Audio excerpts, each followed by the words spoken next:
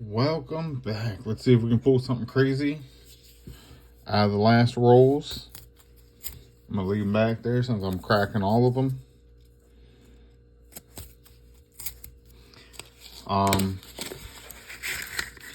Yeah, let's just get right into it. See what we can pull. Been doing a lot of things. I went to a coin show recently. I was recognized for having been there before, so that was pretty cool. And it's not one that, it's the main one I frequent, but it's not one I go to every time they have it. What I do is I try to build up some sales on eBay, so whenever I go, I can take a couple $100, not think about it.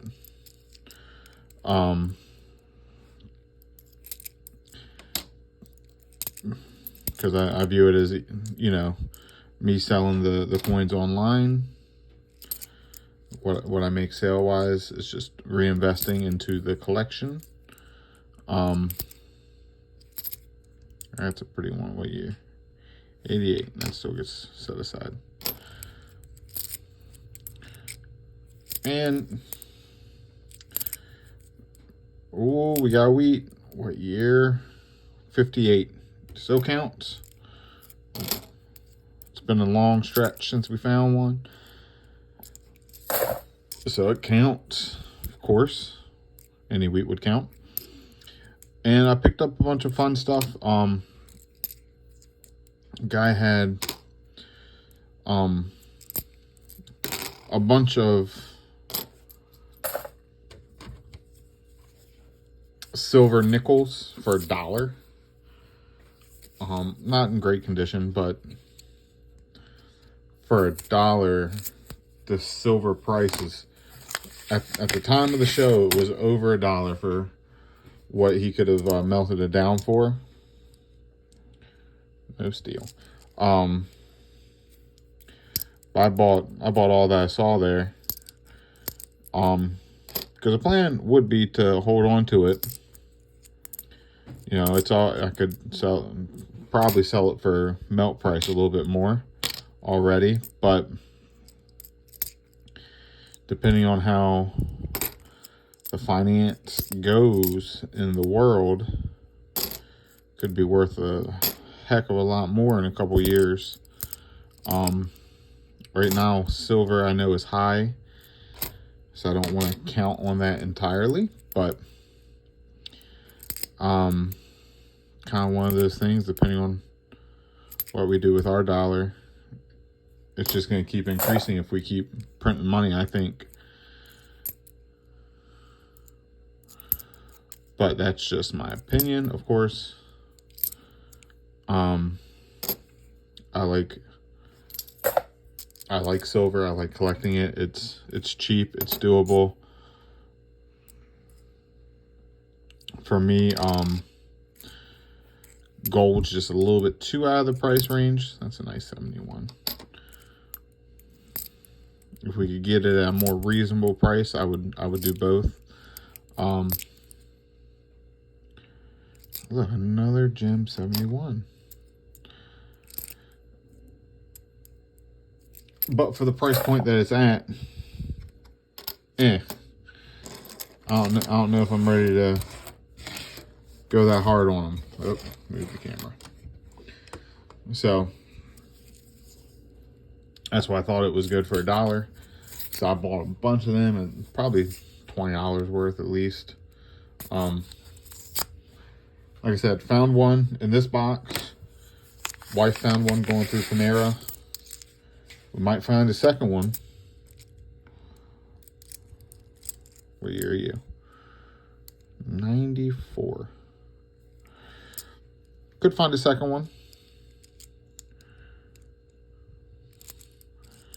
Still, we have one roll left in this. So, so I know they're out there.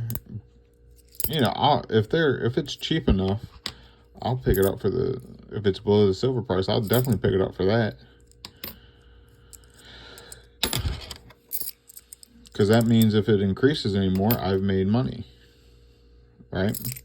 And if I have to hold on to it for a little bit, I hold on to it for a little bit. Of course, long term, I don't plan on selling my collection. I plan on passing it down. I hope to not get into a situation where I have to sell. You know, that's the goal. So we'll see.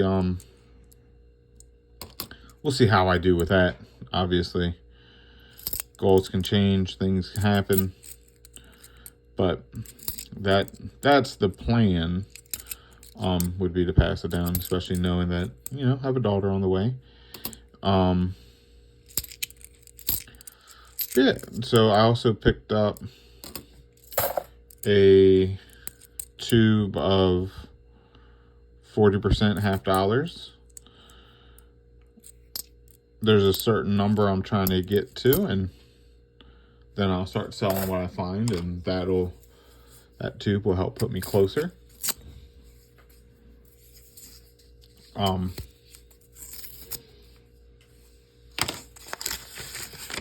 then I can start putting them on eBay and stuff like that. When I find them, make a little bit of extra money to go and buy.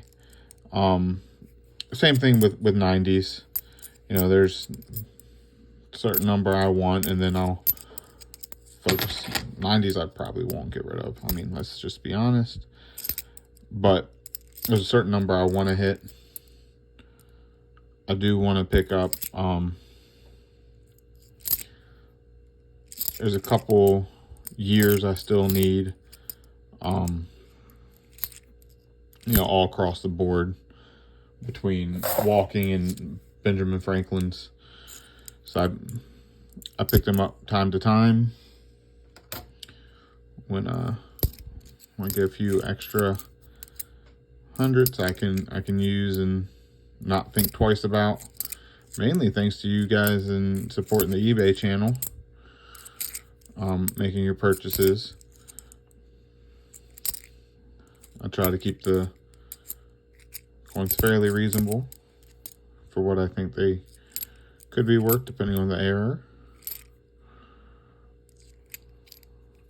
I mean, some of them are just, you know, it's a lot of doubling. Some of it a little lighter or a little in one area. So I usually try to keep it like $4. Ooh, I think I got 40. Thinks I got a 40. I do. Look at that. Talking about silver. And I get to mark another one. What a damn good box. Ding. Look at that. Don't look at my fingers. They're like black. Nothing like washing them after some hunting and going through coins. I used to wear gloves. Kept putting holes in them. So I finally just said enough is enough. Most of these coins aren't going to be mint. So I figure if I'm doing it like this, it'll be good. So just go through it in 2021. That was a little pretty bicentennial. But yeah, I used to wear gloves, and I kept, like I said, putting holes through them. And was going through them, through the gloves, and it was just a price I did not. Oh, wow. What an end to the box. What an end. This looks like a 90. Is it 64? What an end. I can't. Wish all boxes were like that. Wish all boxes were like that. I'll go to a coin show, do a couple hunts, I'm telling you, it's a lot.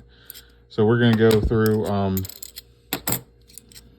what we found in these 3 boxes, because we found a lot of silver. I am super happy about that. I mean, both of the end rolls, and I can't explain it, had silver in it. And we had silver all throughout the box. It's been a crazy box. 94. Just absolutely one of the best boxes ever. I mean, that's 64, 64, 64. All 64s. 5 of them. So 10 silver pieces in one box. 67, 67, 65, 68, and 68. So 10 halves. Like I said, my wife found the Philadelphia. So this one in Panera, so I just put it up here. But we did find this 45S in the box. Sets 11 silver pieces. This was a little light for what I usually find, but 1, 2, 3, 4, 5, 6, 7 wheats. It could be about right. I usually find about 10, I say. But that is amazing. What an end to the box. Thank you guys for watching. I'm gonna go put these in their place. I will catch you guys in the next one. I'm waiting on the half, should be in here shortly, so I can just keep it rolling. I got pennies and nickels still, but what? Pennies and nickels are always easy. I'd ordered halves and they gave quarters, so it is what it is, but the half should be in shortly. But what a box. Thank you guys.